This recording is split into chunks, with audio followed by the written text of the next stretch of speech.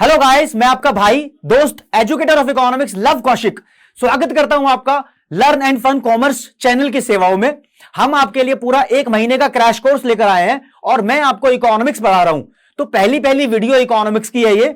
Total 15 videos के अंदर पूरा इकोनॉमिक्स का कोर्स खत्म करा दूंगा।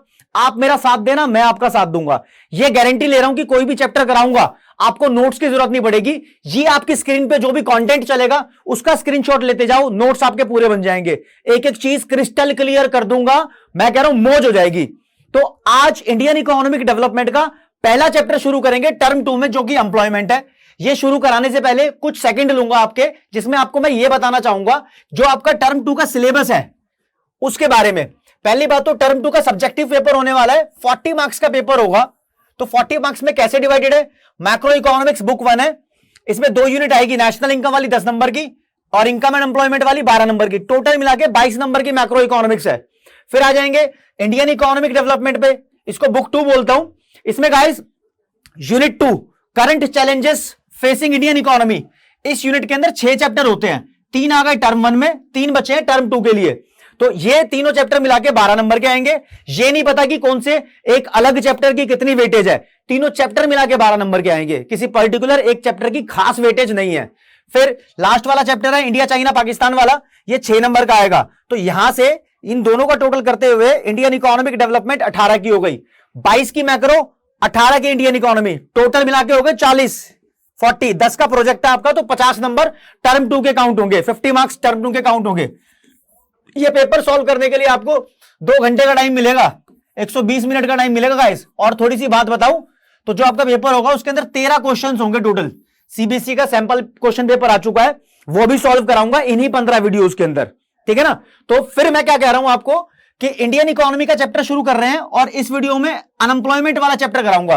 अनएम्प्लॉयमेंट बोलो या एम्प्लॉयमेंट, दोनों का मुद्दा अलग अलग है वैसे तो, मतलब अपोजिट है, लेकिन पूरा चैप्टर किसी किसी रेफरेंस बुक में एम्प्लॉयमेंट के नाम से दिया हुआ है और किसी किसी रेफरेंस बुक के अंदर अनएम्प्लॉयमेंट के नाम से दिया हुआ है। पढ़ना खैर दोनों चीजें ही है। इंडियन इकोनॉमी में इसमें क्या चैलेंज है, क्या प्रॉब्लम है, वो सब बताऊंगा।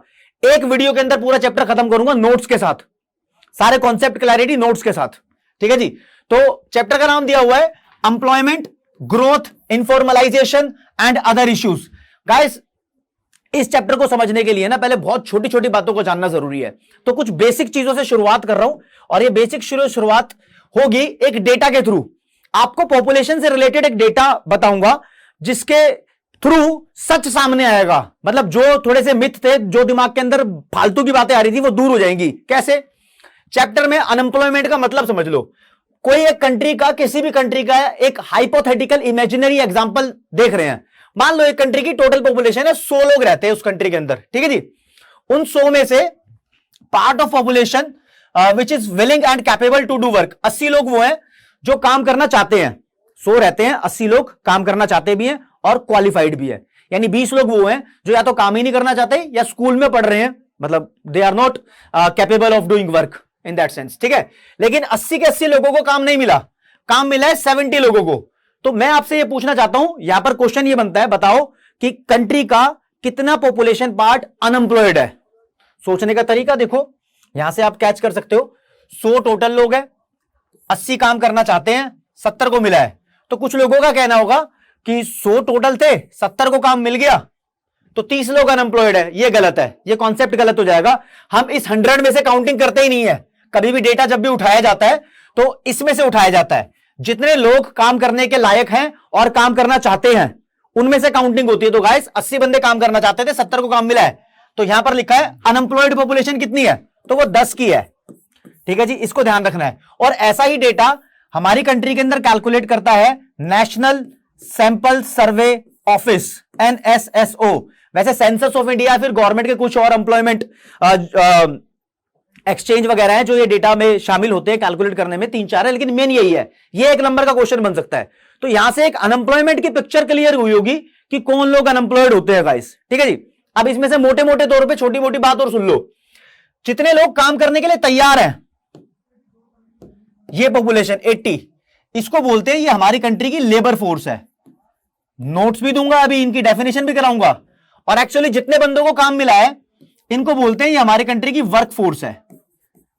तो लेबर फोर्स टोटल पॉपुलेशन का वो हिस्सा है जो काम करना चाहता है और काम करने के लिए कैपेबल भी है। और वर्कफोर्स हमारी टोटल पॉपुलेशन का वो हिस्सा है जिसको एक्चुअली काम मिला है। ठीक है जी, ओके रिपोर्ट है। इनकी छोटी छोटी डेफिनेशन भी लिखी हुई है, डेफिनेशन इसलिए लिख दी कि आपको क्लियर हो जाए लेबर फोर्स की डेफिनेशन, वर्क फोर्स की। और फिर एक छोटी चीज आपको यहां समझाना चाहूंगा, आप क्या करो, मैं स्क्रीन के सामने से हट जाता हूं, बीच बीच में आप अपनी वीडियो को पॉज करके इसका स्क्रीनशॉट लेना।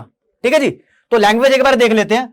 Labour force is the part of population that is willing and capable of doing a job. किसकी बात कर रहा हूं? इसकी बात कर रहा हूं, बताया था ना, 80 लोगों की बात कर रहा हूं। फिर work force is the part of population that is actually employed, actually जिनको नौकरी मिल गई है, इसकी बात कर रहा हूं, इसकी वर्क फोर्स की गाइस। ओके, तो ये चैप्टर के अंदर छोटी मोटी चीजें क्लियर करते हुए चलेंगे, तभी कॉन्सेप्ट हमारे अच्छे बनेंगे।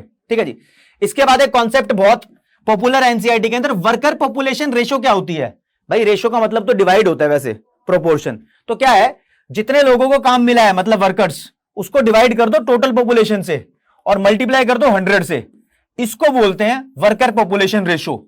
ये एम्प्लॉयमेंट सिचुएशन बताती है। अच्छे से देखना है, मतलब प्रॉपर तरीके से देखना है, तो प्रॉपर तरीके से ये रहा आपके सामने। तो ये बता रहा है पार्टिसिपेशन ऑफ वर्कर्स, बेसिकली मतलब जितने भी लोग किसी काम के अंदर इंगेज्ड है, तो लिखा है worker population ratio is an important indicator of the employment situation in an economy. This is the ratio of workers to total population, मतलब रेशियो ऑफ वर्कर्स यानी ये नंबर ऑफ वर्कर्स ये लिख दिए, अपॉन लिखा है नीचे टोटल पॉपुलेशन। सिर्फ पॉपुलेशन लिख दो या टोटल पॉपुलेशन, बात एक ही है। ठीक है ना, 100 से मल्टीप्लाई कर दो, यू विल गेट इट। हद से हद 1 नंबर का क्वेश्चन आ सकता है, मतलब अब तो 2 नंबर का आएगा, तो 2 बातें पूछ लेंगे। एक तो इसका फॉर्मूला बताओ, दूसरा ये इंडिकेट क्या करता है, तो इंडिकेट करता है employment situation in an economy. Guys okay report है। अब यहां लिखा है मेन वर्कर। वर्कर कौन होता है? पहले तो अपने दिमाग में कुछ बातें चलाएंगे कि कौन कौन वर्कर हो सकता है एक्चुअली, फिर डेफिनेशन पे जाएंगे। स्लाइड चेंज करूंगा, आप देखते रहो। ये कंस्ट्रक्शन का काम कर रहे हैं लोग, ये वर्कर है जी, वर्कर है। यहां पर देखो डॉक्टर की पूरी टीम खड़ी है, इसमें नर्सिंग स्टाफ भी हो सकता है, कुछ दूसरे बंदे भी हॉस्पिटल में जो काम कर रहे हैं कंस्ट्रक्शन से रिलेटेड, ये सब वर्कर है। ठीक है जी, जो खेती का काम कर रहे हैं एग्रीकल्चर का, ये सब भी वर्कर है। चलो जी, ये सलून है, तो ये सलून की मेन हेड है, ये भी वर्कर है। ऐसा मत सोचना जिसने अपना काम धंधा खोल रखा है वो वर्कर नहीं होता। एक्चुअली क्या है, हम किसी के पास नौकरी कर रहे हैं तो हम तो वर्कर हैं ही है। जिसने कोई स्टैब्लिशमेंट यानी फर्म खोल रखी है, वो अपना काम खुद भी कर रहा है। देखो ये खुद काम भी कर रही है ना, ये भी वर्कर है, लेकिन ये स्पेशल ये बोल सकती है ना मैं किसी की नौकर हूं ना मैं किसी की मालिक हूं, मैं अपने आप में खुद की नौकर हूं, खुद की मालिक हूं। तो इन लोगों को बोलते हैं सेल्फ एम्प्लॉयड। सेल्फ एम्प्लॉयड नाम का शब्द आएगा। यह भी हो सकता है एक वकील अगर अपना चैम्बर खोल के बैठ जाए तो उसके ऑफिस में वो खुद सेल्फ एम्प्लॉयड है। अगर एक सीए अपना ऑफिस खोल के बैठ जाए तो सीए भी सेल्फ एम्प्लॉयड हो सकता है। डॉक्टर अपनी क्लिनिक में सेल्फ एम्प्लॉयड है, समझ रहे हो। हॉस्पिटल में वो हो सकता है किसी का एम्प्लॉय, लेकिन यहां सेल्फ एम्प्लॉयड है। मतलब एम्प्लॉयड होना और सेल्फ एम्प्लॉय होना, ये मैंने अंतर आपको बताया। फिर देखो जी, ये राशन वाले भैया हैं, ये भी अपना काम खोलकर बैठे हैं, ये भी वर्कर है, सेल्फ एम्प्लॉयड है। ठीक है ना, आओ जी आओ। ये मोची है, कॉबलर बोल सकते हो आप, एनसीईआरटी का वर्ड है। हाँ जी, ये भी वर्कर है। तो वर्कर की डेफिनेशन क्या होती है? 3 डेफिनेशन लिखी है, तीनों में से कोई भी एक याद कर लेना, तुम्हारे काम की हो जाएगी। मैं तो आसानी से बताना चाहूंगा, जो भी बंदा कोई ऐसा काम कर रहा है जिससे एक कंट्री का जीडीपी बढ़ जाए, वो वर्कर है। ठीक है, लीगल काम होना चाहिए, इलीगल नहीं होना चाहिए। यानी दोबारा डेफिनेशन को और इंप्रूव करेंगे। कोई भी बंदा अगर कंट्री में किसी भी इकोनॉमिक एक्टिविटी के अंदर शामिल हो तो वो वर्कर है। इकोनॉमिक एक्टिविटी वो सब एक्टिविटी होती है जिनसे पैसा कमाया जाता है, मतलब दान पुण्य के काम की बात नहीं कर रहे। तो गाइस यार 3 डेफिनेशन लिख के देख लेते हैं। पहली वाली बड़ी आसान है, a worker is a person who is busy performing any economic activity, easy definition. Second, a worker is an individual who is in some employment to earn a living, किसी ना किसी नौकरी में लगा हुआ है जिंदा रहने के लिए, मतलब लिविंग मतलब वही पैसे कमाने के लिए जिससे वो जिंदा रहेगा। लास्ट वाली डेफिनेशन देख लो, इन अदर वर्ड्स, ये लिखने की जरूरत नहीं है, डेफिनेशन यहां से है। A worker is regarded as an economic agent, economic agent है देखो, who contributes to the production of goods and services thereby to the GDP during a particular year. थोड़ी मुश्किल वाली डेफिनेशन है, आप जीडीपी की जगह नेशनल इनकम भी लिख सकते थे, तो प्रेफर करेंगे ऊपर की 2 में से कोई एक डेफिनेशन लिख लो। ठीक है जी, अब ये साफ हो गया कौन वर्कर है, इमेजिनेशन आ गई फोटो वगैरह देख के। एक बार ये देख लो कौन वर्कर नहीं है, क्योंकि एनसीईआरटी में ऐसा भी क्वेश्चन है कि कौन वर्कर नहीं है, ऐसे क्वेश्चन भी आ जाते हैं। ये देखिए आपके सामने पेश करते हैं, इसको बोलते हैं बेगर, मतलब जो बिना काम किए पैसे कमाने की सोच रहे हैं, भिखारी बोल सकते हो, ठीक है जी। ये भाई डकैत है, मतलब चोरी वोरी करने आया है या फिर लूटने आया है, ये वर्कर नहीं है, हालांकि पैसा तो ये भी कमा रहा है, इलीगल एक्टिविटी में शामिल है। अच्छा, एक पिक्चर आई थी धर्मेंद्र की, स्मगलर। लर्न एंड फन नाम है ना चैनल का, तो फन करते करते चीजों को समझना जरूरी है भाई, ठीक है ना। फन करते करते स्मगलर जो होते हैं, स्मगलिंग करते हैं, वो भी वर्कर नहीं होते। गैम्बलर बहुत फेमस पिक्चर है साउथ इंडिया की। ये गैम्बलिंग जो लोग करते हैं, जुआ वगैरह खेलते हैं, वो भी पैसों की एक्टिविटी में शामिल होते हैं, वो भी वर्कर नहीं कहलाते। तो एनसीईआरटी का क्वेश्चन है, एनसीईआरटी का क्वेश्चन बोलता है, क्या बोलता है देखो, क्वेश्चन है आर द फॉलोइंग वर्कर्स, मतलब are the following workers, question mark होना चाहिए यहां पर। कुछ एग्जांपल दिए, मतलब बेगर, थीफ, स्मगलर और गैम्बलर। क्या ये लोग वर्कर हैं? और नहीं है तो क्यों? अगर है तो क्यों? पहली बात तो ये वर्कर नहीं है। ये वर्कर इसलिए नहीं है क्योंकि जो लोग ये एक्टिविटी कर रहे हैं वो इलीगल एक्टिविटी है और उसका गवर्नमेंट को पता भी नहीं है। तो हम आंसर भी क्या लिख रहे हैं गाइस, वाई भी पूछा है ना, तो लिखा है नो अ बेगर, या पेन चेंज कर लेता हूं, a beggar, thief, smuggler, gambler can not be called as workers. A worker is involved in a production activity that contributes to the GDP.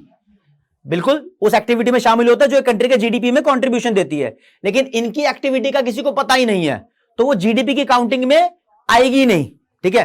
मतलब इलीगल एक्टिविटीज होती है गाइस, ठीक है। तो they are involved in any, they are not involved in any legal economic production activity. Okay guys, तो इनमें से कोई इन्वॉल्व नहीं है इस चीज में, तो none of them are involved लिख दिया यहां पर, है ना। तो hence none of them can be treated as worker. तो ये छोटा सा 2 नंबर का क्वेश्चन बन सकता है, तो 2 नंबर का आंसर भी हो सकता है। आपकी कोर्स बुक से क्वेश्चन उठाया गया है ताकि प्रैक्टिस भी हो जाए, हाथ क्या जो कर रहे हैं हम। आगे देख लो जी, टाइप्स ऑफ वर्कर के बारे में बात करूंगा। This is also very important aspect. 2 तरीके के वर्कर होते हैं, एक होते हैं सेल्फ एम्प्लॉयड और दूसरे होते हैं हायर्ड वर्कर। सेल्फ एम्प्लॉयड की बात कर लेते हैं। जिन लोगों ने अपना काम धंधा खोला हुआ है, मतलब ऑनर है उसके, और वहीं पर वो ऑपरेट कर रहे हैं, काम कर रहे हैं, जैसे कि एक सैलून के अंदर छोटी मोटी शॉप खोल रखी है या फिर कैसी भी शॉप खोल रखी है, नाई अपना खुद काम कर रहा है, खुद कटिंग कर रहा है, खुद ड्रेसिंग कर रहा है, ठीक है।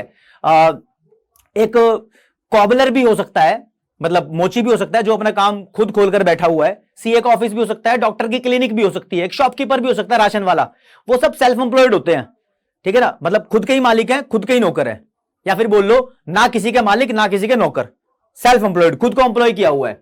उसके अलावा दोस्तों कुछ होते हैं हायर्ड वर्कर। आपने कोई काम धंधा खोला है तो आप बाहर से किसी बंदे को अपने काम पे रख रहे हो। जिस बंदे को आप काम पे रखोगे उससे आप 2 बातें कह सकते हो। पहली बात तो ये कि जितना तू काम करेगा तेरे को उतने ही पैसे मिलेंगे, ठीक है। या फिर आप कह सकते हो कि तू मेरे पास रेगुलर सैलरी पे काम कर ले, मतलब महीने के आप उसको पैसे दोगे। तो जिस बंदे को आप कहते हो जितना तू काम करेगा तेरे को उतने ही पैसे मिलेंगे, तो वो कैजुअल वर्कर्स होते हैं, यानी ये कैजुअली काम कर रहे हैं। कैजुअली का मतलब यहां पर टेम्परेरी, ठीक है। फिर जिसको आप बोल रहे हो महीने की सैलरी यानी महीने की वेज के हिसाब से काम कर ले, कोई दिक्कत नहीं है, वो रेगुलर वर्कर होते हैं, इनको रेगुलर सैलरीड वर्कर भी बोलते हैं, ठीक है जी। तो ये दोनों पता होने चाहिए। इवन डेफिनेशन आ सकती है, सेल्फ एम्प्लॉयड कौन होते हैं, कैजुअल वर्कर कौन होते हैं और रेगुलर वर्कर कौन होते हैं। और मैंने आपको वादा कर रखा है यहीं के यही नोट्स भी दूंगा, तो सब कुछ यही रीड कराऊंगा। बट यहां पर क्या है, अब शुरू होता है इस पूरे चैप्टर में जितना भी बताया है उसका सबसे पहला इंपॉर्टेंट टॉपिक। सबसे इंपॉर्टेंट टॉपिक गाइस है casualisation of worker. Casualisation of workers क्या होता है, कैजुअलाइजेशन ऑफ वर्कफोर्स क्या होता है। देखो, एक सेल्फ एम्प्लॉयड है, दूसरा कैजुअल वर्कर है, तीसरा रेगुलर वर्कर है। मैं कह रहा हूं जब ये कैजुअल वर्कर्स के नंबर बढ़ने लगे, इंक्रीज होने लगे, तो वो कैजुअलाइजेशन ऑफ वर्कफोर्स है। और दूसरी भाषा में समझो, ये बोल सकते हैं जब सेल्फ एम्प्लॉयड और रेगुलर सैलरी वाले लोग कैजुअल एम्प्लॉयमेंट में शिफ्ट होने लगे, है ना। यानी मान लो सेल्फ एम्प्लॉयमेंट के काम धंधे खत्म हो रहे हैं, जबरदस्ती नहीं हो रही, किसी वजह से खत्म हो रहे हैं, किसी वजह से रेगुलर सैलरीड एम्प्लॉयज को काम नहीं मिल रहा है, तो वो कहां जाएंगे, वो जाएंगे बेचारे कैजुअल वर्कर्स में, मतलब जितना काम करेंगे उतने पैसे मिलने लग जाएं। अगर हालात ऐसे आ गए हैं तो उसको बोलेंगे casualisation of workforce. Easy definition है, यहां लिख भी दी है। तो गाइस क्या लिखा है देखिए,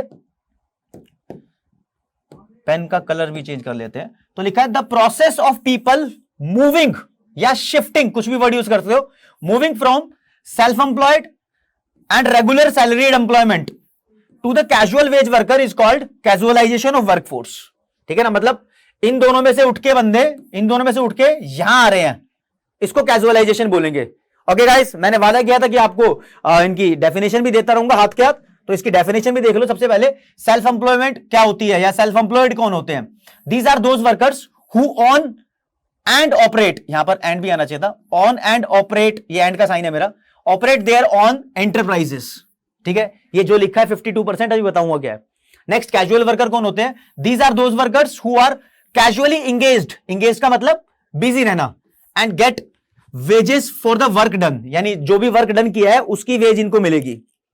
थर्ड नंबर पे, regular salaried employees are the workers who are engaged by someone and get wages on regular basis, किसी और के द्वारा इनको इंगेज किया गया है। समवन की जगह आप कोई एंटरप्राइज भी लिख सकते थे, कुछ भी हो सकता था, एंटरप्राइज भी हो सकता था, फर्म भी हो सकता था, कंपनी भी हो सकता था, कुछ भी हो सकता था। ठीक है, अब बात करते हैं ये क्या लिखा है परसेंटेज में। गाइस, पूरे इंडिया में 52% लोग लगभग सेल्फ एम्प्लॉयड है।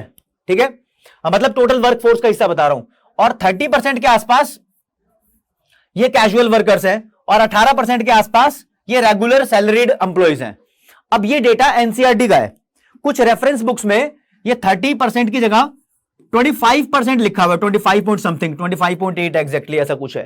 ठीक है ना, लेकिन हम एनसीईआरटी का ही डेटा फॉलो करेंगे क्योंकि उसके बेसिस पे ही सीबीएसई पूरे नंबर देगी। ठीक है ना, जितना लेटेस्ट हो उसकी बात अलग नहीं है, एनसीईआरटी का डेटा फॉलो करना जरूरी है। तो ये कुछ इंपॉर्टेंट कॉन्सेप्ट कराए हैं। अब नेक्स्ट कॉन्सेप्ट की तरफ मूव करेंगे, फिर थोड़ा सा पानी पी लूं, आप भी सांस ले लो। मतलब जब भी तुम्हें लगे, देखो ऐसे कि तुम्हें कुछ नोट करना चाहिए, तो गाइस जैसे ये स्लाइड है, मैं सामने से हट गया तो आप इसको पॉज कर लो, पॉज करके अपनी कॉपी में नोट करो। साथ के साथ अगर अपना पेन पेपर लेके बैठोगे, खुद के नोट्स बनाओगे ना, उससे बढ़िया कोई चीज है ही नहीं। ठीक है, और बाकी हम तो है ही भाई गाइडेंस के लिए पूरी प्रॉपर। तो गाइस अब बात आती है फॉर्मल सेक्टर की, एम्प्लॉयमेंट सेक्टर की। एम्प्लॉयमेंट सेक्टर सोच लो, पहले सोच लो क्या बताने वाला हूं। ये दूसरा सबसे ज्यादा इंपॉर्टेंट टॉपिक है। दूसरा क्या मतलब? इससे ज्यादा इंपॉर्टेंट टॉपिक इस चैप्टर में है ही नहीं। ठीक है, मैं बात करता हूं एक ऐसी फर्म की, फर्म को यहां पर एंटरप्राइज या फिर एस्टैब्लिशमेंट भी बोला जाएगा, एस्टैब्लिशमेंट भी बोल सकते हैं। एक ऐसी फर्म की जहां पर 10 लोग काम करते हैं। ठीक है, तो गाइस जितनी भी फर्म है, मतलब 10 लोग काम करते हैं, और एक फर्म जिसमें 11 काम करते हैं, एक जिसमें 12 काम करते हैं, एक जिसमें 100 काम करते हैं, एक जिसमें 1 लाख काम करते हैं। तो कुल मिला के मैं उन सब फर्म्स की बात कर रहा हूं जिसमें लोग 10 या 10 से ज्यादा काम करते हैं। तो गाइस उन सभी फर्म्स को बोलते हैं ये फॉर्मल सेक्टर है। और जिस फर्म या एंटरप्राइज में 10 से कम लोग काम करेंगे, लाइक 1 2 3 4 5 6 7 8 9 तक जिसमें काम कर रहे हैं, मतलब लेस देन 10, तो वो सारी फर्म्स इनफॉर्मल सेक्टर होती है। तो फॉर्मल सेक्टर की जब भी डेफिनेशन लिखी जाएगी तो हम बोलेंगे it includes all those enterprises and firms where at least 10 employees are employed, at least 10 या फिर 10 और मोर देन 10, लैंग्वेज लिख सकते हो आप जैसे मर्जी। फिर informal sector refers to the enterprises where less than 10 workers are employed. Less than 10 मतलब 9 तक, अप टू 9। ठीक है ना, अब ये क्लासिफिकेशन कर दी है। इसके अंदर बहुत इंपॉर्टेंट चीज है जो आपको पहचाननी है। इसके अंदर क्या है गाइस, देखो जब नौकरी करते हैं ना, तो मान लो कुछ पैसे मिलते हैं जिसको हम सैलरी या वेजेस बोल देते हैं नौकरी के बदले, है ना। उसके अलावा रिटायरमेंट के बाद किसी किसी नौकरी में पेंशन भी मिलती है। ठीक है गाइस, किसी किसी नौकरी में ग्रेचुइटी भी मिलती है। ग्रेचुइटी एक चीज है, बताता हूं। ग्रेचुइटी का मतलब आप मान सकते हो साथ निभाना। जिस कंपनी में मैं नौकरी करता हूं, मान लो मेरी कंपनी बोलती है कि 5 साल तक अगर तुम नौकरी नहीं छोड़ोगे, मतलब इसमें काम करते रहोगे, तो आपको ग्रेचुइटी मिलेगी। ग्रेचुइटी कुछ पैसे होते हैं जो साथ निभाने के लिए मिलते हैं, कि आप कंपनी को छोड़कर नहीं गए, आपको पैसे मिले हैं। ठीक है ना, पेंशन भी होती है, ग्रेचुइटी भी होती है गाइस। इन पैसों को बोलते हैं सोशल सिक्योरिटी बेनिफिट्स। ये सोशल सिक्योरिटी है, मतलब कि नौकरी के बाद भी आपके पास कुछ पैसे हैं, ये आपकी सिक्योरिटी है एक तरीके की, है ना। और ये जो बेसिकली सोशल सिक्योरिटी बेनिफिट्स होते हैं, ये उन्हीं लोगों को मिलते हैं जो फॉर्मल सेक्टर में काम करते हैं। फॉर्मल सेक्टर यानी जहां पर 10 से ज्यादा लोग काम कर रहे हैं। अब आप बोलोगे ऐसा क्यों भाई, जहां पर 10 से कम लोग काम कर रहे हैं उनको भी तो मिल सकते हैं ये। गाइस ऐसा नहीं है, सरकार ने कानून बनाए हैं फॉर्मल सेक्टर वालों के लिए, समझ रहे हो, क्योंकि इनफॉर्मल सेक्टर वालों को पहचानना बड़ा मुश्किल है। सच बताऊं, एक बात सच मैं जानता हूं, कुछ कंपनीज ऐसी हैं कंपनीज कह रहा हूं, कुछ फर्म या एस्टैब्लिशमेंट मैंने ऐसी देखी है जहां पर 10 से ज्यादा लोग काम कर रहे हैं, ठीक है, लेकिन उन्होंने इस बात की इंफॉर्मेशन सरकार को नहीं दे रखी। वो इसलिए नहीं दे रखी, अगर सरकार को वो बताएंगे कि 10 से ज्यादा लोग वहां पर काम कर रहे हैं तो सरकार उसको फॉर्मल सेक्टर मानेगी, और जब फॉर्मल सेक्टर मानेगी तो उस एस्टैब्लिशमेंट को पेंशन या ग्रेच्युटी जैसे पैसे, प्रोविडेंट फंड जैसे पैसे उस एम्प्लॉय के खाते में डलवाने पड़ेंगे। तो गाइस ये ब्लैक मार्केटिंग थोड़ी सी चल रही है, ऐसा लिखा नहीं है मतलब हमारी बुक्स वगैरह में। आपको इवन बताऊं तो इंडिया में लगभग 94% लोग इनफॉर्मल सेक्टर में ही काम कर रहे हैं। 94% मतलब इतना ह्यूज पॉपुलेशन का पार्ट इसमें काम कर रहा है, देख रहे हो। तो इसमें और क्या चक्कर है बताता हूं आपको। जो फॉर्मल सेक्टर के बंदे हैं ये लोग अपनी यूनियन बना लेते हैं, ट्रेड यूनियन। ट्रेड यूनियन क्या होती है देखो बताता हूं। बहुत सारे एम्प्लॉयज मिलकर ग्रुप बना लेते हैं, किसी दूसरे एम्प्लॉय को नुकसान होता है तो वो सारे काम करना बंद कर देते हैं या सारे स्ट्राइक पे हो जाएंगे, जैसा मर्जी परफॉर्म करेंगे। मतलब मालिक को या कंपनी को वो एक चेतावनी दे देते हैं कि आपने एम्प्लॉय के साथ गलत किया, यानी उनके पास बार्गेनिंग पावर है उस यूनियन के पास। वो सैलरी बढ़वाने की भी कोशिश करते हैं जायज तरीके से, मतलब जायज हो तो, काफी साल हो गए हो सैलरी नहीं बढ़वाई हो तो ये इकट्ठा स्ट्राइक करके या फिर कुछ प्रोटेस्ट करके या फिर कुछ एप्लीकेशन रिक्वेस्ट करके भी सैलरी बढ़वाने की कोशिश करते हैं। लेकिन इन बेचारों के पास कोई नहीं होता। आपने आसपास दुकान देखो यार, कोई परचून की दुकान जहां पर 2 बंदे काम कर रहे हैं, जूस की दुकान जहां पर 2 बंदे एम्प्लॉय की तरह काम कर रहे हैं, या कोई और ऐसी एस्टैब्लिशमेंट जहां पर 1 2 3 4 5 6 9 बंदों तक काम कर रहे हैं, उन सब के लिए लड़ने वाला कोई नहीं है। वो सब इनफॉर्मल सेक्टर से बिलोंग करते हैं। तो गाइस इन दोनों के बीच में सबसे ज्यादा इंपॉर्टेंट है डिफरेंस। फॉर्मल सेक्टर को एक ऑर्गेनाइज्ड सेक्टर बोलते हैं, अच्छा माना जाना सेक्टर है, इसलिए इनफॉर्मल सेक्टर अनऑर्गेनाइज्ड सेक्टर है। मैं लिख रहा हूं यहां पर, मतलब बता रहा हूं आपको इन दोनों के बीच में डिफरेंस। तो फॉर्मल सेक्टर और इनफॉर्मल सेक्टर के बीच में डिफरेंस गाइस, ये दीवार आ गई बीच में। पहले नंबर पे लिखिए डेफिनेशन, ठीक है ना। ये वो है जहां पर एटलीस्ट कम से कम 10 वर्कर काम कर रहे हैं, फॉर्मल सेक्टर यहां पर लिखा है। इनफॉर्मल है जहां पर less than 10 workers are employed है। मैं तो सिर्फ ऊपर ऊपर से आपको पढ़ के बता रहा हूं, आपको इसको पॉज करना है, अपनी कॉपी में नोट भी करना है। 6 डिफरेंस लिखे हुए हैं, कोई भी 4 याद कर लो, तुम्हारा काम बन जाएगा। 6 नंबर का तो क्वेश्चन आएगा नहीं इस बार, इसलिए ओके गाइस। तो लिखा है दूसरे नंबर पे, जो ये वर्कर फॉर्मल सेक्टर में काम करते हैं इनको सोशल सिक्योरिटी बेनिफिट्स मिलते हैं, वो इनको एंजॉय करते हैं, जैसे कि ग्रेच्युइटी, पेंशन, प्रोविडेंट फंड और बहुत सारे होते हैं। नेशनल इनकम में इसके बारे में खुल के बात करेंगे, ठीक है ना। अभी तो एम्प्लॉयमेंट का नॉर्मल चैप्टर चल रहा है, यहां पर इनको ऐसा कुछ नहीं मिलता। दे doesn't enjoy such social security benefit. Okay guys, ये अपनी ट्रेड यूनियन फॉर्म कर सकते हैं, बना सकते हैं। यहां पर अभी तक ऐसी कोई इनके लिए ट्रेड यूनियन देखी नहीं गई, कोई एग्जिस्ट नहीं करती इनके लिए, ठीक है जी। 4th नंबर पे they are not basically formal sector वाले, they are protected by the labour laws of the government. Government ने कुछ लेबर लॉज बना रखे हैं। लेबर लॉज का एग्जांपल देता हूं, जैसे कि मैं दिल्ली में रहता हूं, दिल्ली में केजरीवाल जी की गवर्नमेंट है। केजरीवाल जी बोलते हैं कि एक एम्प्लॉय की मिनिमम सैलरी 14-15 हजार के आसपास होनी चाहिए। तो यार ये कानून बना दिया, तो ये कानून वहां माना जाएगा जहां पर 10 से ज्यादा लोग काम कर रहे हैं, फॉर्मल सेक्टर है वो, ठीक है ना। जहां पर 10 से कम काम कर रहे हैं वहां पर ये कानून नहीं माना जाता। तो बेसिकली इनको तो प्रोटेक्ट किया जाता है, इनको मिनिमम सैलरी का अमाउंट मिलता है, यानी किसी को 8-9 हजार रुपए में काम पे नहीं रखते, जो सरकार के नियम है उसका पालन किया जाता है। यहां पर इनके लिए नियम नहीं है, तो basically they are not protected by the labour laws of the government, ठीक है, इंपॉर्टेंट है। तो इसको ऑर्गेनाइज्ड सेक्टर बोलते हैं गाइस, इसको अनऑर्गेनाइज्ड सेक्टर बोलते हैं। फिर बताता हूं, ये पूरे देश में 6% है, मतलब टोटल वर्कफोर्स का, जैसे कि मैंने यहां लिखा भी था, ये 94% है तो 6% ही होगा, और ये 94% है डेटा के हिसाब से। Guys these are the 6 important differences. आप इसमें से कोई भी 4 याद कर सकते हो अभी टर्म 2 सीबीएसई के लिए। आगे बढ़ते हैं, इसमें से ही इनफॉर्मलाइजेशन ऑफ वर्कफोर्स है। देखो वापस आओ, यहां वापस आया, इनफॉर्मल सेक्टर है ये, तो इनफॉर्मल सेक्टर में वैसे भी 94% काम कर रहे हैं लोग। अगर इनफॉर्मल सेक्टर में और ज्यादा लोग काम करने लगते हैं, यानी फॉर्मल से शिफ्ट होकर इनफॉर्मल में जा रहे हैं बेसिकली, तो ये भी इनफॉर्मलाइजेशन ऑफ वर्कफोर्स है। लेकिन डिफाइन कैसे करते हैं कि टोटल पॉपुलेशन में इनफॉर्मल एम्प्लॉयमेंट का बढ़ना इनफॉर्मलाइजेशन ऑफ वर्कफोर्स है गाइस। लिखा भी है डेफिनेशन में, लिखो क्या लिखा है। It refers to a situation where the percentage of the workforce in the informal sector to total workforce increases. क्या बोल रहा हूं, यहां लिखा मान लो परसेंटेज ऑफ इनफॉर्मल, इनफॉर्मल में कितने लोग काम कर रहे हैं, ये फॉर्मूला लिख के बता रहा हूं, तुम्हारी किताब से इसका कोई लेना देना नहीं है, ठीक है। अपॉन नीचे लिख रहा हूं टोटल वर्कफोर्स, यानी देश की टोटल वर्कफोर्स कितनी है, ऐसे लिख के 100 से मल्टीप्लाई कर दो। मान लो इसका आंसर 10 आ रहा है, ऐसे ही, ठीक है, और नेक्स्ट ईयर इसका आंसर 12 आया है, तो इसको कहेंगे ये इनफॉर्मलाइजेशन ऑफ वर्कफोर्स है, ठीक है। मतलब पहले से बड़ा है इनका कुछ हिस्सा। ठीक है गाइस, ये बहुत इंपॉर्टेंट है। तो इनफॉर्मलाइजेशन के हालात आ जाते हैं, इनफॉर्मल सेक्टर वालों के साथ क्या दिक्कतें हो रही हैं, इनको लेबर लॉज का फायदा नहीं मिल रहा, ट्रेड यूनियन नहीं बना सकते, उससे रिलेटेड एक कंटेंट आपके सामने पेश कर रहा हूं, ये इंपॉर्टेंट है। इसके बारे में कुछ छोटी मोटी बातें जान लो। ठीक है जी, पहली बात यानी नुकसान ही जान लो, इन बेचारों को नुकसान क्या हो रहे हैं। इधर देखो, पहली बात, इनको कोई रेगुलर इनकम नहीं मिल रही। ठीक है, जो अंडरलाइन कर रहा हूं वो काम की चीज है। ठीक है जी, इनको कोई प्रोटेक्शन नहीं मिल रही, गवर्नमेंट के जो रेगुलेशन है, रेगुलेशन कोई लॉ बोलते हैं, ठीक है ना, कोई प्रोटेक्शन नहीं मिल रही इनको, बिना किसी नोटिस के डिसमिस किया जा सकता है। Workers are dismissed without any compensation और नोटिस। पहले कोई नोटिस देना पड़ता है एम्प्लॉय को, अगर निकालना भी हो कि भाई तुझे निकाल देंगे नौकरी से, 1 महीने बाद, 15 दिन बाद तू नई नौकरी देख ले, वो उसके पास समय मिलता है, लेकिन यहां पर बिना किसी नोटिस से निकाल सकते हैं। ठीक है ना, और जो इसके अंदर टेक्नोलॉजी यूज की जाती है वो बहुत भद्दी पुरानी होती है, आउटडेटेड, रिस्की टेक्नोलॉजी हो सकती है। ठीक है जी, और बेसिकली ये लोग कोई अकाउंट्स भी नहीं बनाते जिससे सरकार को वो इन्फॉर्म दे सके, हाँ भाई हमने प्रॉपर अकाउंट बनाया। छोटी मोटी एस्टैब्लिशमेंट है, अपने आसपास ही जो लोग देखते हो छोटे मोटे बिजनेस, वो सब इनफॉर्मल है।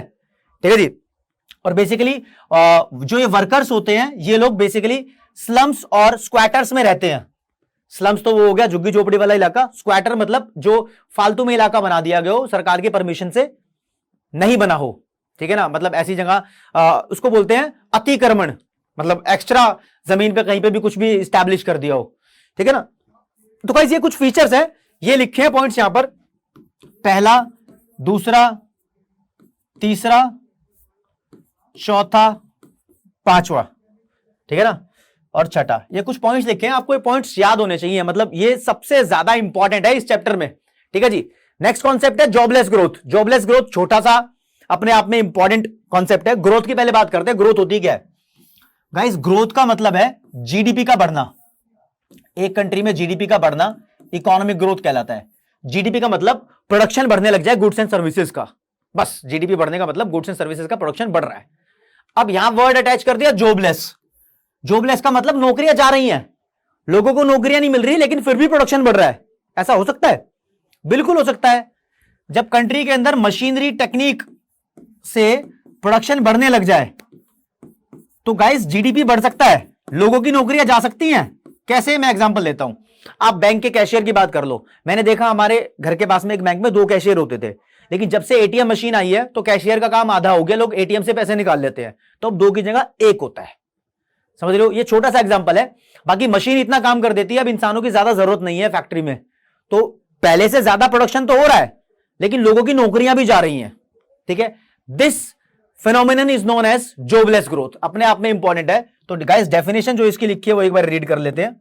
लिखी है, it is defined as a situation where GDP grows faster than the employment opportunities resulting in unemployment. क्या कह रहा है? इस डेफिनेशन को डाइजेस्ट कर लो पहले, इतनी मुश्किल लैंग्वेज जो लिखी है। कह रहा है जीडीपी बहुत तेजी से बढ़ रहा है लेकिन एम्प्लॉयमेंट अपॉर्चुनिटीज उस तेजी से नहीं बढ़ रही हैं। एम्प्लॉयमेंट अपॉर्चुनिटीज उस तेजी से नहीं बढ़ रही हैं, या फिर एम्प्लॉयमेंट अपॉर्चुनिटीज हो ही नहीं रही, जिसकी वजह से देश के अंदर छा रही है बेरोजगारी। तो guys this is also very important. Okay report, चलेंगे आगे कि हमारे देश के अंदर टाइप्स ऑफ अनएम्प्लॉयमेंट कितने हैं। हमारे देश के अंदर वैसे तो बहुत सारे टाइप्स ऑफ अनएम्प्लॉयमेंट है, आपको अपने कोर्स के अंदर 3 ही टाइप ऑफ अनएम्प्लॉयमेंट पढ़ने हैं। पहला, डिस्गाइज अनएम्प्लॉयमेंट क्या होती है, या हिडन अनएम्प्लॉयमेंट क्या होती है। ये बहुत सिंपल है, आपने 9th 10th में ही पढ़ा होगा। ऐसा कोई काम जिसके अंदर जरूरत से ज्यादा लोग लगे हो, मान लो किसी काम में 10 लोगों की जरूरत है, वहां 15 बंदे काम कर रहे हैं, तो गाइस 5 बंदे फालतू में काम कर रहे हैं ना, तो 5 बंदे डिस्गाइज्डली अनएम्प्लॉयड है, हिडन अनएम्प्लॉयमेंट में आते हैं वो 5 बंदे। ठीक है, ऐसा बेसिकली एग्रीकल्चर के कामों में होता है इंडिया में, पूरी फैमिली लग जाती है। काफी सारे गांवों वगैरह के अंदर वो काम 2 बंदे भी कर सकते थे लेकिन पूरी फैमिली उसको कर रही है। ठीक है, अगला आ जाएगा सीजनल अनएम्प्लॉयमेंट। सीजनल मतलब जो सीजन के हिसाब से चले। एग्रीकल्चर भी वैसे एक सीजनल काम है इंडिया के अंदर, लेकिन इससे रिलेटेड एक एग्रो बेस्ड इंडस्ट्री होती है जो एग्रीकल्चर से रिलेटेड चीजों को आगे कन्वर्ट करती है फिनिश्ड आइटम्स में। ठीक है, जैसे मान लो आपने वीट प्रोड्यूस किया, तो वीट का आटा जो बनाया है वो एग्रो बेस्ड इंडस्ट्री में काउंट हो जाएगा। ठीक है ना, तो ये सीजनल मतलब कुछ ऑन सीजन कुछ ऑफ सीजन, मतलब जब काम नहीं है तो नौकरी भी नहीं है। ऐसा गर्म कपड़ों का बिजनेस भी हो सकता है। गर्म कपड़े बेसिकली सर्दियों में बिकते हैं, तो गर्मियों में उन दुकानदारों के पास बेचने के लिए नहीं हो तो वो सीजनली अनएम्प्लॉयड हैं। ठीक है, अगला लिखा है ओपन अनएम्प्लॉयमेंट। जो डेफिनेशन आप सिर्फ अनएम्प्लॉयमेंट की समझते हो ना, वही ओपन अनएम्प्लॉयमेंट है। ओपन अनएम्प्लॉयमेंट वो सिचुएशन है जब एक बंदा काम करना चाहता है और काम करने के लायक भी है, कैपेबल भी है, लेकिन उसको नौकरी नहीं मिल रही। ये नॉर्मल अनएम्प्लॉयमेंट है।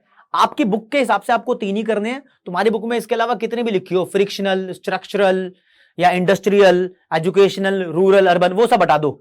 यही 3 टाइप्स ऑफ अनएम्प्लॉयमेंट करनी है। जो मैंने करा दी वही फाइनल है। समझ रहे हो दोस्तों? इनकी डेफिनेशन भी आपके सामने लिख दी है तीनों की, जैसे बोली है वैसी लिखी है। ठीक है, ये आप प्लीज वीडियो को पॉज करके यहां से स्क्रीनशॉट ले सकते हो, फिर अपनी कॉपी में नोट करो। मैं इसको रीड नहीं कराऊंगा, छोटा मोटा काम आपके लिए होना चाहिए। आगे आ जाओ जी। भारत में अनएम्प्लॉयमेंट के रीजंस क्या है, किस वजह से बेरोजगारी छा रही है? देखो, ये इतना इंपॉर्टेंट कॉन्सेप्ट नहीं है। अगर ये 9th-10th में होते ना तो आपके लिए इंपॉर्टेंट होता। बड़ी क्लास में इतना इंपॉर्टेंट नहीं है, इसलिए मैंने इतनी डिटेल में आपको यहां पर बताने की कोशिश की भी नहीं है। थोड़ा अगर मैं फास्ट जा रहा हूं ना यार, अगर लग रहा है कि सर जल्दी जल्दी बहुत जल्दी पढ़ाए जा रहे हैं, तो आपके पास हथियार है भाई, आपका यूट्यूब है, उसमें सेटिंग है, उसकी स्पीड थोड़ी स्लो कर सकते हो। अगर लगता है कि नहीं लव सर थोड़ा स्लो पढ़ा रहे हैं, तो उसकी स्पीड तुम फास्ट कर सकते हो, मतलब अपने हिसाब से एडजस्ट कर सकते हो। समझे? तो एडजस्टमेंट तुम्हारे हिसाब से है। यहां पर कुछ रीजन दे दिए causes of unemployment, like economic growth की बहुत कम स्पीड है जिसकी वजह से बेरोजगारी है। इकोनॉमिक ग्रोथ का मतलब जीडीपी का बढ़ना और नेशनल इनकम का बढ़ना। ठीक है, फिर पॉपुलेशन ग्रोथ की स्पीड बहुत ज्यादा है, एजुकेशनल सिस्टम डिफेक्टिव है, लो कैपिटल फॉर्मेशन। कैपिटल फॉर्मेशन का मतलब होता है दोस्तों इन्वेस्टमेंट। इन्वेस्टमेंट कोई बताता नहीं है इस बारे में, इन्वेस्टमेंट होता है, आपको जानना खुद है। एग्रीकल्चर सेक्टर में स्लो ग्रोथ है, इंडस्ट्रियल की स्लो ग्रोथ है, और कोई एम्प्लॉयमेंट से रिलेटेड ढंग की प्लानिंग नहीं हुई। ये सब कारण है अनएम्प्लॉयमेंट के हमारे देश में। क्या इस अनएम्प्लॉयमेंट को दूर किया जा सकता है? कुछ हम सुझाव दे सकते हैं, सरकार की बात नहीं कर रहा, हम सुझाव दे सकते हैं। तो जो हमारे द्वारा अनएम्प्लॉयमेंट को दूर किए करने के सुझाव होंगे वो इस प्रकार रखे हैं। इसको बोलते हैं रेमेडियल मेजर्स फॉर अनएम्प्लॉयमेंट। तो गाइस हम बोल सकते हैं इकोनॉमिक ग्रोथ बढ़नी चाहिए, पॉपुलेशन ग्रोथ पे कंट्रोल होना चाहिए, जैसे चाइना ने 1 चाइल्ड पॉलिसी बनाई थी, हमारे देश में भी ऐसा कुछ होना चाहिए। ठीक है, इंफ्रास्ट्रक्चरल फैसिलिटीज अच्छी होनी चाहिए, रोड, ब्रिज, इलेक्ट्रिसिटी, पावर, मतलब water, energy services, communication, telecom services, ये अच्छी होनी चाहिए। इससे प्रोडक्शन फर्दर बूस्टअप ही होता है। ठीक है ना। कुछ एम्प्लॉयमेंट अपॉर्चुनिटीज निकलनी चाहिए, गवर्नमेंट को कुछ ऐसा प्रोग्राम बनाना चाहिए जिससे लोगों को लोन मिले कोई बिजनेस या स्टार्टअप चलाने के लिए। बनते भी है प्रोग्राम, ऐसी बात नहीं है। ठीक है, एजुकेशनल सिस्टम में रिफॉर्म की जरूरत है, स्किल बेस्ड पढ़ाई ज्यादा होनी चाहिए, थ्योरी बेस्ड कम। ठीक है, एग्रीकल्चर सेक्टर को डेवलप करो, यहां पर अच्छे type of machine, fertiliser, seeds, quality better होनी चाहिए पहले से। इंडस्ट्रियल सेक्टर की डेवलपमेंट होनी चाहिए गाइस, इससे रिलेटेड पॉलिसी बनानी चाहिए। तो इससे रिलेटेड पॉलिसी बनी भी थी 1991 के अंदर, उसके बाद कुछ और चेंजेस लाते रहते हैं, लेकिन और सुधारने की जरूरत है। तो these are the remedial measures. लेकिन फिर भी एनसीईआरटी बोलती है कि ये तो ठीक है रेमेडियल मेजर्स, सरकार ने क्या किया है बेरोजगारी को दूर करने के लिए वो बताओ। ये 3rd नंबर का इंपॉर्टेंट क्वेश्चन है। पहले पे कैजुअलाइजेशन, दूसरे पे फॉर्मल वर्सेस इनफॉर्मल, और तीसरे पे जो अब करा रहा हूं वो इंपॉर्टेंट है, role of government to reduce unemployment. सरकार ने क्या रोल निभाया है जी? तो सरकार ने जो रोल निभाया है उसकी बात करते हैं। सरकार ने डायरेक्ट रिक्रूटमेंट दी है पीएसयू में। पीएसयू का मतलब पब्लिक सेक्टर अंडरटेकिंग्स। अब इसका मतलब समझो, डायरेक्ट रिक्रूटमेंट की जगह आप डायरेक्ट एम्प्लॉयमेंट भी लिख सकते थे, सीधी नौकरियां देता है। रिक्रूटमेंट का मतलब ऐसे सर्चिंग होता है, ढूंढना होता है उनको, लेकिन यहां पर नौकरी का तुम मान सकते हो। गवर्नमेंट अपनी पब्लिक सेक्टर अंडरटेकिंग्स में नौकरियां देता है। ये सरकार के होटल भी हो सकते हैं भाई, सरकार के पास होटल भी है, सरकार की इंडस्ट्रीज भी हैं दूसरी। ठीक है, उसके अंदर भर्तियां निकालता है, बहुत सारी भर्तियां हैं। देखो गवर्नमेंट के डिफरेंट डिपार्टमेंट्स भी है। ठीक है, अब ये आईएएस ऑफिसर, पुलिस के अंदर जो भर्तियां निकलती है, ठीक है, ये सब भर्तियां इसमें ही काउंट हो सकती है। गवर्नमेंट के हाईवे हैं, उनको बनाने के लिए कुछ कंस्ट्रक्शन वर्कर्स की जरूरत पड़ती है, तो गवर्नमेंट टाइम टू टाइम भर्तियां निकालती रहती है और लोगों को एम्प्लॉयमेंट देती रहती है। तो गाइस ये डायरेक्ट तरीका है। ठीक है, और ये कुछ इनडायरेक्ट तरीके हैं गवर्नमेंट के नौकरियां देने के। इनडायरेक्ट में देख लो कैसा। पहले बात करेंगे कि गवर्नमेंट परचेज करती है goods and services in the open market. Open market यानी प्राइवेट एंटरप्राइज की बात कर रहे हैं। प्राइवेट कंपनी से गवर्नमेंट सामान खरीदती रहती है। यार गवर्नमेंट के जो डिपार्टमेंट्स हैं उसमें पेन पेपर की तो जरूरत पड़ती है, यानी स्टेशनरी आइटम की, वो गवर्नमेंट खुद नहीं बना रही, वो गवर्नमेंट प्राइवेट कंपनी से खरीद रही है। मतलब प्राइवेट कंपनी से खरीद के ये दिखाती रहती है सरकार, यानी ये शो करने की कोशिश करती है कि तुम लोगों का सर्वाइवल बना रहेगा, यानी हम भी तो तुमसे खरीद रहे हैं, तो हम खरीदेंगे तो तुम्हारा बिजनेस ऊपर जाएगा। ज्यादा क्वांटिटी में खरीदती है गवर्नमेंट। तो बिजनेस ऊपर जाएगा तो उनको और एम्प्लॉइज की जरूरत पड़ेगी, तो नौकरियां वहां से भी मिलेगी। लेकिन ये डायरेक्ट तरीका नहीं हुआ, एक इनडायरेक्ट तरीका हुआ है, ठीक है। उसके अलावा गवर्नमेंट ने कुछ एम्प्लॉयमेंट जनरेशन प्रोग्राम चलाए हुए हैं, वो पॉवर्टी एलिवेशन प्रोग्राम्स भी बोल सकते हो आप, पॉवर्टी भी उससे दूर होती है। वो पॉवर्टी वाले चैप्टर में ज्यादा डिस्कस किए गए थे गाइस, ठीक है ना। अब इसकी डिस्कशन कर लेते हैं। यानी मोटे मोटे तौर पे पहले समझ लो, सरकार ने अनएम्प्लॉयमेंट को दूर करने के लिए दो मेथड्स अपनाए, एक डायरेक्ट एम्प्लॉयमेंट, दूसरा इनडायरेक्ट। डायरेक्ट वाला तो ऊपर आ गया, सीधी नौकरियां दे दी। इनडायरेक्ट में ये दोनों पॉइंट आ जाएंगे जो लिखे हैं नीचे।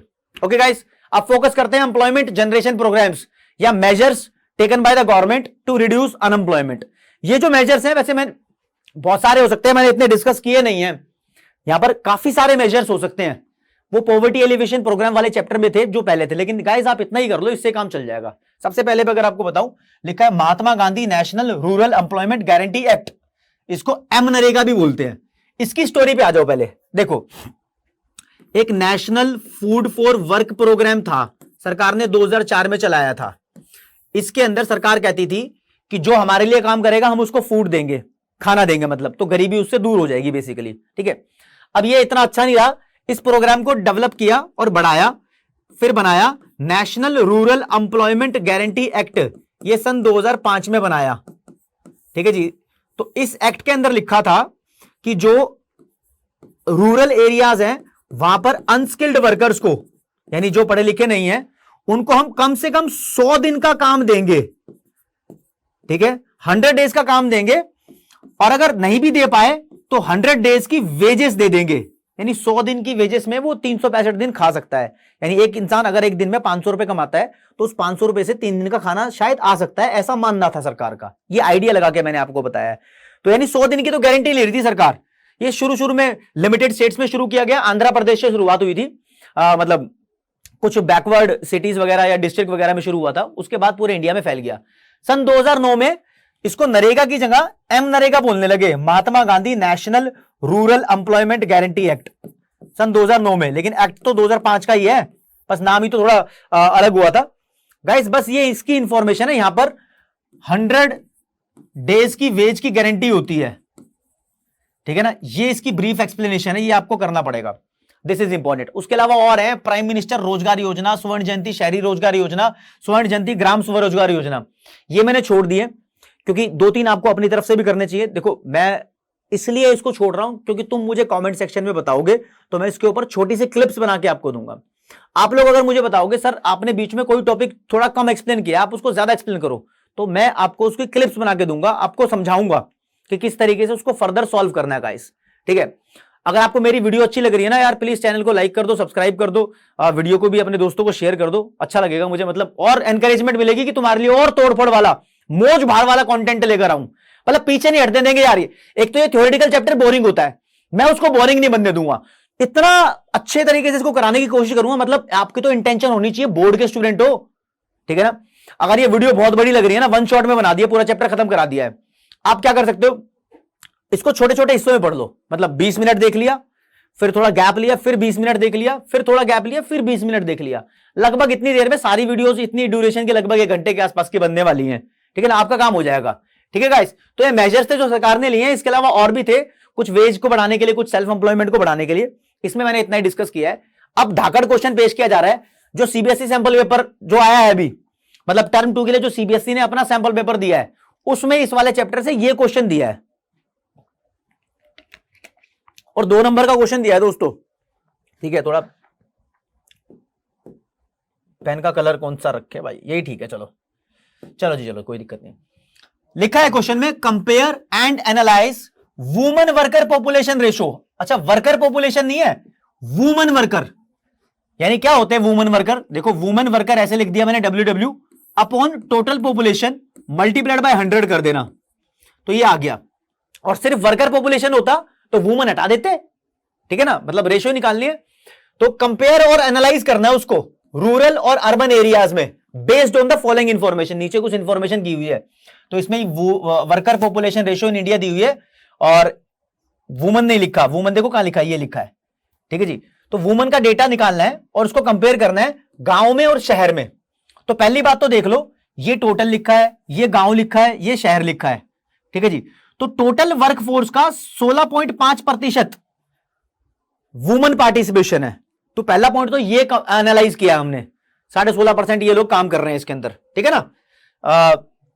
अब अगर बात आए तो रूरल एरिया में ये 17.5% है और अर्बन में ये 14.2% है। सिर्फ वुमन की बात करनी है, मैन वाले डेटा को भूल जाओ, फालतू में दिया था कंफ्यूज करने के लिए, ठीक है। तो इससे पता लगता है कि गांव के अंदर ज्यादा लेडीज काम करती है एज कंपेयर टू शहर में।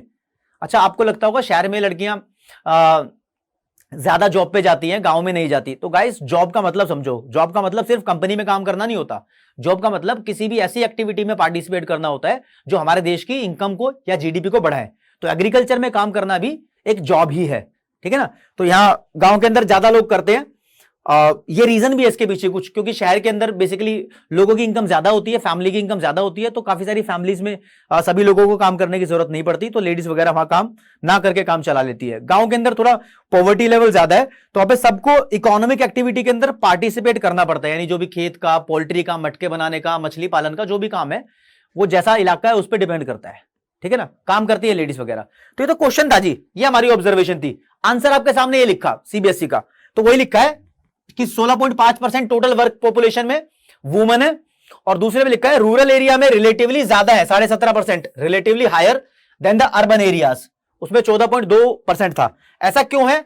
It is due to the abject poverty in rural areas because women are compelled, compelled का मतलब फोर्स्ड, इनको मतलब ऐसा नहीं कि तू काम पे जा, काम पे जा, मतलब मजबूरी हो जाती है to work more than urban counterparts. Urban से ज्यादा, मतलब शहर से ज्यादा गांव के अंदर मजबूरी ही हो जाती है, पॉवर्टी का लेवल ज्यादा है यार, नहीं चल पाता काम। और कुछ क्वेश्चंस करा रहा हूं, मैंने बोलता है ना क्वेश्चन भी कराऊंगा, तो 2-4 क्वेश्चन करेंगे, वीडियो को खत्म करने वाले हैं। मतलब तुम्हारा चैप्टर फुली फ्लेज्ड कंप्लीट होने वाला है, कहीं पीछे नहीं हटने दूंगा, जो क्वेश्चन कराए हैं वहीं से ही आएंगे, ठीक है ना। अगला question guys, what is the difference between disguised and seasonal unemployment? इन दोनों के बीच में डिफरेंस आ गया जी। 3 डिफरेंस लिखे हैं आपके सामने बेसिकली। तो पहले नंबर पे तो उनकी डेफिनेशन आ जाएगी, मैं नहीं पढ़ के बता रहा, पीछे लिखी हुई थी डेफिनेशन, वही लिख दो, दोनों की डेफिनेशन डिफरेंस हो जाएगा। दूसरे पे डिसगाइज बेसिकली गांव के इलाके में होती है, ठीक है। जो सीजनल होती है वो गांव में भी हो सकती है और शहर में भी हो सकती है। ऐसा क्यों?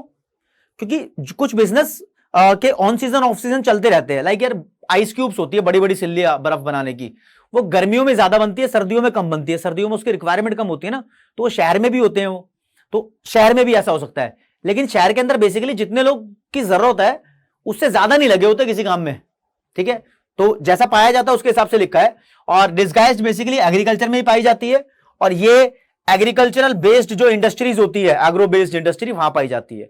3 नंबर का क्वेश्चन ये फ्रेम हो सकता है। आगे बढ़ेंगे, बोला है give 3 sources that collect data on unemployment. हमारे देश के अंदर बेरोजगारी के ऊपर डेटा कौन इकट्ठा करता है?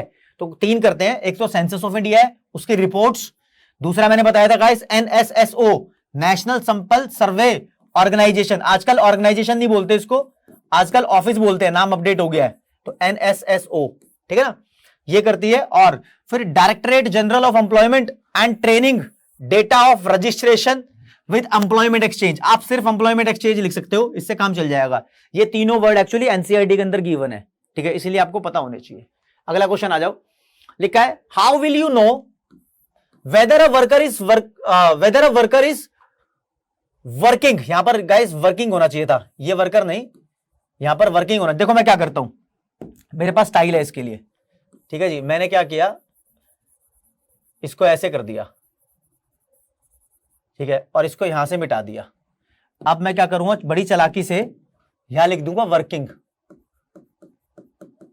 हाँ, तो क्या लिखा है, weather a worker is working in informal sector. कैसे पता लगेगा कि कोई वर्कर इनफॉर्मल सेक्टर में काम कर रहा है? अरे भाई नंबर ऑफ वर्कर काउंट कर लो ईमानदारी से। जहां पर 10 से कम बंदे काम कर रहे हैं तो मतलब वो इनफॉर्मल में काम कर रहा है। तो इनफॉर्मल है, कैसे काम कर रहा है, क्या लिखा है, it is an unorganised sector of an economy that includes all those private sector enterprises which employ less than 10 workers. जहां पे 10 से कम काम कर रहे हैं, 9 तक काम कर रहे हैं। और बेसिकली देखो, जो प्राइवेट एंटरप्राइजेस है वहां पर ही ऐसा है, जितने भी गवर्नमेंट एंटरप्राइजेस है वो सारे फॉर्मल है, सबके सब फॉर्मल है, 100% फॉर्मल है। लेकिन फिर भी बहुत कम है ना टोटल पॉपुलेशन से अगर कंपेयर करें तो। अगला आ जाओ जी, मीना के बारे में क्वेश्चन है। मीना कौन है? मीना के बारे में क्वेश्चन, चलो जी। मीना इज अ हाउसवाइफ है, किसी की वाइफ है, ठीक है। Besides taking care of house hold course, मतलब घर के आसपास का ख्याल रखने के अलावा she works in the cloth shop which is owned and operated by her husband.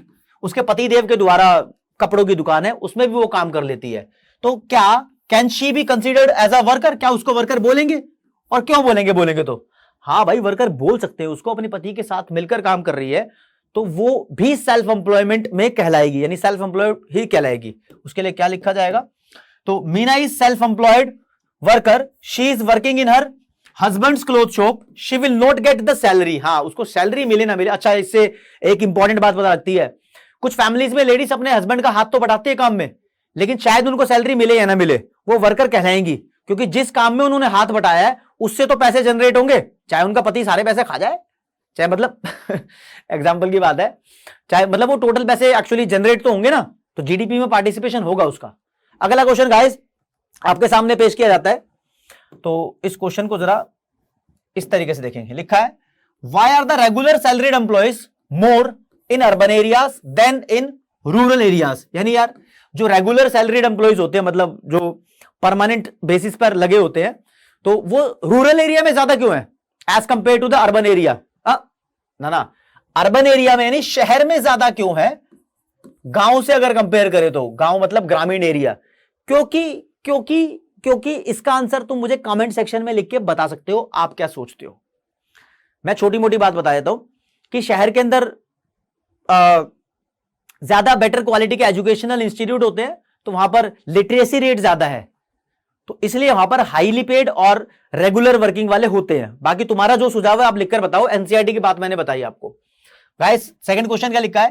Compare to urban women more rural women are found in working. यानी और ऐसा क्यों?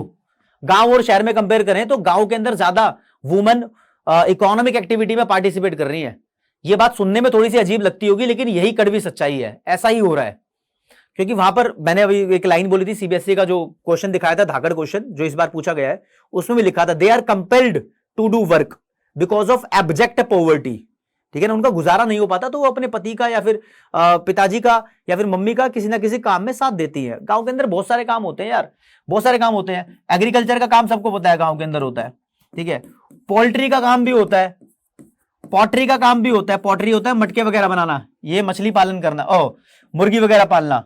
फिशरीज भी होती है, बहुत सारे गांवों में अलग अलग काम होते हैं। ये तो सिर्फ एग्जांपल है, तो किसी भी काम में कोई पार्टिसिपेट कर ही सकता है। हर घर के अंदर छोटा मोटा कोई ना कोई काम धंधा चल ही रहा है। तो गाइस इस वीडियो लेक्चर में मैंने अनएम्प्लॉयमेंट का चैप्टर खत्म कर दिया है, मतलब आपको मेरे साथ खत्म करना है। अगर आपको लगता है कि इस वीडियो लेक्चर के अंदर छोटी सी भी भूल है, छोटी सी भी कोई ऐसी चीज है जो आपको ज्यादा जाननी थी मैंने कम बताई है, तो भाइयों इसको कमेंट सेक्शन में बताओ। और अगला वीडियो लेक्चर इससे ज्यादा भारी, इससे ज्यादा हैवी लेवल में मिलने वाला है गाइस आपको। मैंने बताया पहले इंडियन इको खत्म कर दूंगा, 3 वीडियो लेक्चर में इंडियन इको में आपको कॉन्फिडेंस आने लगेगा, क्योंकि इंडियन इको के 4 ही चैप्टर आ रहे हैं। एक हफ्ते के अंदर 3 वीडियो लेक्चर आएंगे, वो खत्म हो जाएंगे 3 चैप्टर तुम्हारे, अच्छा कॉन्फिडेंस आ जाएगा, हाँ भाई एक बुक तो खत्म होने वाली है। ठीक है गाइस, तो अनएम्प्लॉयमेंट आज कराया है। जब नेक्स्ट वीडियो आएगी, आज मंडे है, मंडे को मैंने बनाई है, नेक्स्ट वीडियो वेडनेसडे को आएगी आपकी शाम को 7 साढ़े 7 बजे के आसपास, आप 7:30 ही मान के चलो, ठीक है जी। उसमें इंफ्रास्ट्रक्चर वाला चैप्टर पूरा खत्म कर देंगे, ठीक है ना। इंफ्रास्ट्रक्चर भी अच्छा इंगेजिंग चैप्टर है, मतलब जितना बोरिंग ये चैप्टर था उससे मस्त चैप्टर है, इसको खत्म कर देंगे। तो गाइस इस वीडियो लेक्चर में इतना ही बताऊंगा। Thank you so much. हमारे चैनल को लाइक सब्सक्राइब कर दो, बेल आइकन को प्रेस कर दो, ताकि जब भी नई अपकमिंग वीडियो हो उससे रिलेटेड इंफॉर्मेशन आपको मिलती रहे। तो गाइस आज विदा लेते हैं, मिलते हैं वेडनेसडे को। नमस्कार।